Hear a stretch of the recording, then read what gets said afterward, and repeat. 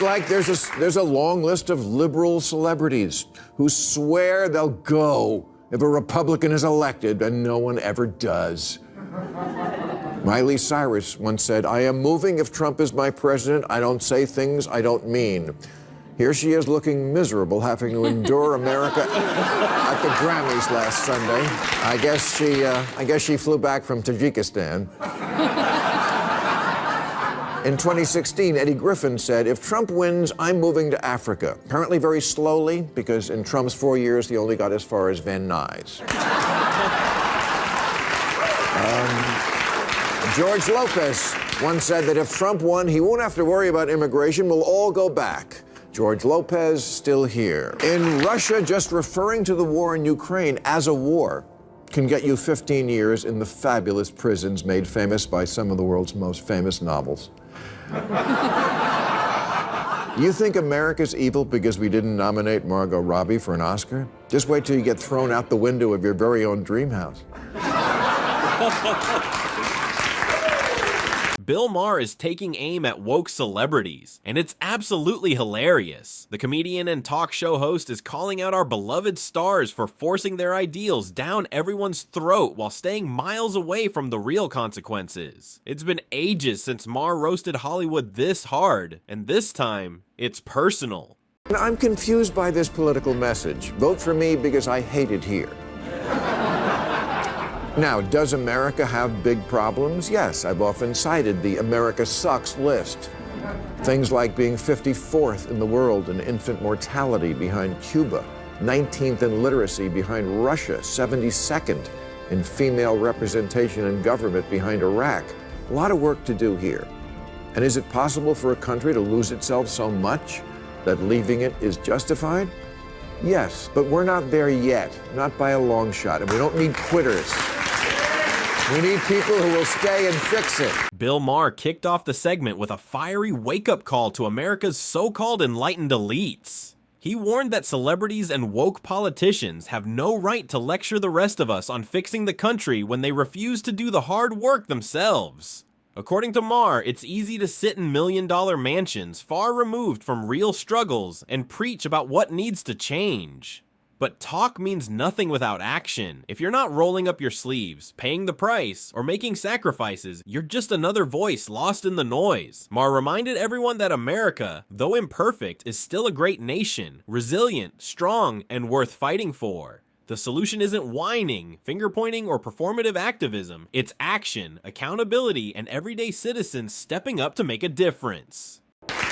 Maybe the problem isn't that America isn't worth defending.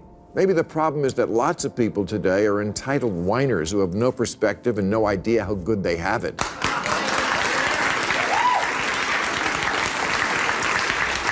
59% of self-identified liberals say there have been times when they considered leaving America for good, like after NBC canceled The West Wing. It might sound exaggerated, but it's shockingly real. Over the years, countless Americans have loudly announced their grand plans to flee the country, often for the flimsiest reasons imaginable. When Donald Trump was elected, for instance, a wave of celebrities and citizens alike vowed to move to Canada as if that were some heroic protest. Yet, predictably, almost none of them actually did it, and it doesn't stop there. Some threatened to leave just because the nation refuses to bow to trendy ideologies that defy common sense. Instead of staying to help fix the country they claim to love, they daydream about escape. Maher's point couldn't be clearer. Real patriotism isn't about dramatic exits or empty threats. It's about staying, facing challenges head on, and working to make America stronger than ever. I don't get it. You want so badly for every immigrant to come to this country and experience the good life, but somehow it's so terrible you want to leave? And I see conservatives in Texas are talking secession again. They have 2 bumper stickers in that state. America, love it or leave it, and we're leaving it.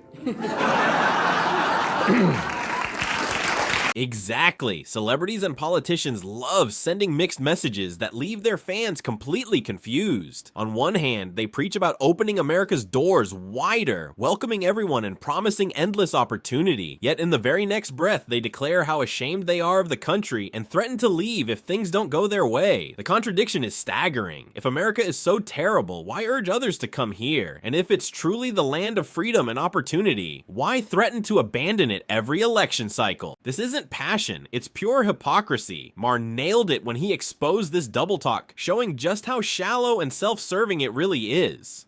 Just like there's a long list of liberal celebrities who swear they'll go if a Republican is elected, and no one ever does. Miley Cyrus once said, "I am moving if Trump is my president. I don't say things I don't mean."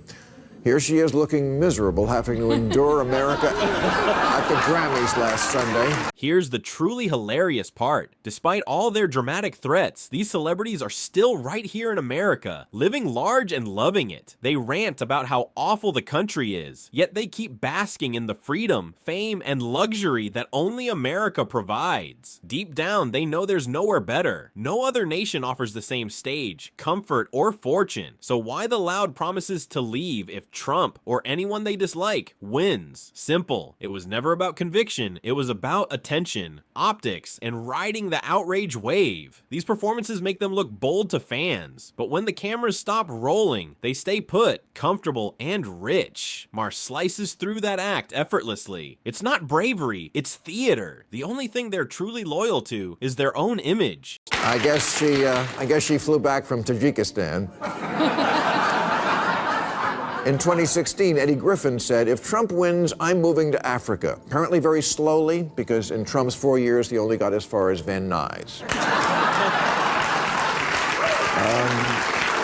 George Lopez once said that if Trump won, he won't have to worry about immigration. We'll all go back. George Lopez still here. This is exactly why it's hard to take celebrities seriously when they start preaching about politics or morality. Their lives are nothing like ours. They're shielded by millions, living in gated palaces, flying private jets, and enjoying luxuries beyond imagination. If life ever gets uncomfortable, they can simply move anywhere and rebuild their castles. Meanwhile, everyday Americans face real struggles, mortgages that keep us awake, rent that eats up our paychecks, and the constant fight to put food on the table. That's the reality. For us, politics isn't a show, it's survival. That's why we trust leaders who tackle real issues, not celebrities whose biggest dilemma is which private island to visit next. Their grand speeches might sound noble, but in truth, they carry no weight at all. Then there's all the TikToks telling Americans things like, fucked. I think the new American dream is to leave. I'm 18 years old and I escaped America. Yeah. Yeah, you don't have to escape America. That wall we're always debating isn't to keep you in. Now here's where it gets downright absurd, and honestly, kind of hilarious. Some of these so-called social justice warriors act like America is no different from North Korea, as if people here are trapped without freedom or choice. The irony is almost too much to handle, because the truth is no one is fighting to move to North Korea, build a life there, or chase dreams under its dictatorship.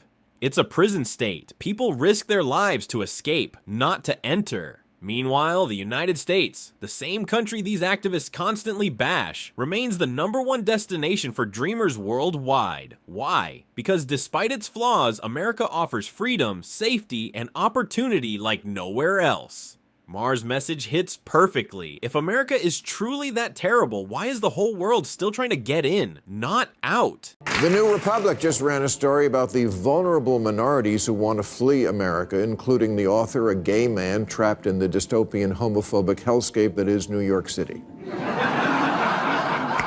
I wonder if he knows that there are 66 countries where just being gay is a crime. Cute story in the news last month. Burundi's president called on his citizens to stone gay people, and not in the good way. Wow, suddenly the don't say gay law doesn't sound all that bad. Let's be honest, the LGBTQ+ community has found one of the safest and most empowering homes right here in America. It's hard to imagine any other country where they could live with such freedom, respect, and visibility. They have legal protections, media representation, and the right to love openly, all things that remain a distant dream in many parts of the world. They have platforms to speak, strong communities to belong to, and laws that protect their very existence. So why the constant talk about leaving? Where could they possibly go that offers more freedom? Even Europe, often hailed as more progressive, still wrestles with discrimination and violence. The truth is, for all its flaws, America remains a haven, a place where LGBTQ+ individuals already have it all. Mark couldn't have made that clearer.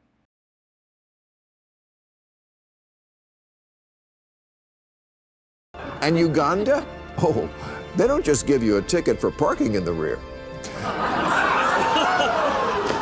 You can get the death penalty for it. In China, they have the death penalty for almost 50 crimes. And in 13 countries, atheism is punishable by death, and 61 impose restrictions on women's clothing, so bring a scarf. According to Amnesty International, paramilitary groups killed the government's critics in Argentina, Brazil, Colombia, Venezuela, and arbitrary detentions are widespread in Cuba, Ecuador, El Salvador, Nicaragua. If you're wondering how that's just like no cash bail, it's not. And this is exactly why people from every corner of the globe are desperate to come to America. More than half the world dreams of starting a new life here because of the unmatched freedoms this nation provides. Freedom to speak your mind without fear, to choose your own path, and to chase the life you want. That's the magic of the American promise. Millions risk everything just to touch US soil, hoping for opportunity and security. Yet ironically, many who already live here can't see it. They're too busy complaining, blind to their own privilege. It's like a spoiled child tossing away all their toys because one gift didn't arrive on time. They ignore the incredible blessings they enjoy every single day, while others around the world would give anything to trade places. In Russia, just referring to the war in Ukraine as a war can get you 15 years in the fabulous prisons made famous by some of the world's most famous novels.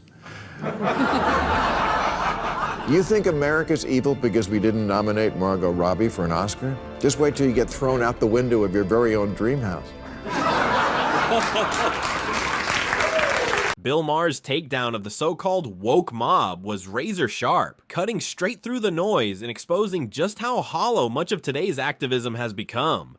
The flashy protests that block roads, burn flags, or deface art may grab headlines, but they solve absolutely nothing. Meanwhile, the same celebrities and politicians shouting about oppression do so from their lavish mansions, enjoying the very freedoms they claim are under attack. Ordinary Americans, on the other hand, are busy surviving, paying bills, putting food on the table, and commuting on those blocked roads. Maher reminded everyone that real change doesn't come from hashtags or theatrics. It comes from knowledge, conviction, and action. For all its imperfections, America remains the dream destination people fight to enter, not flee. That truth alone exposes the emptiness of those who bash it while basking in its blessings.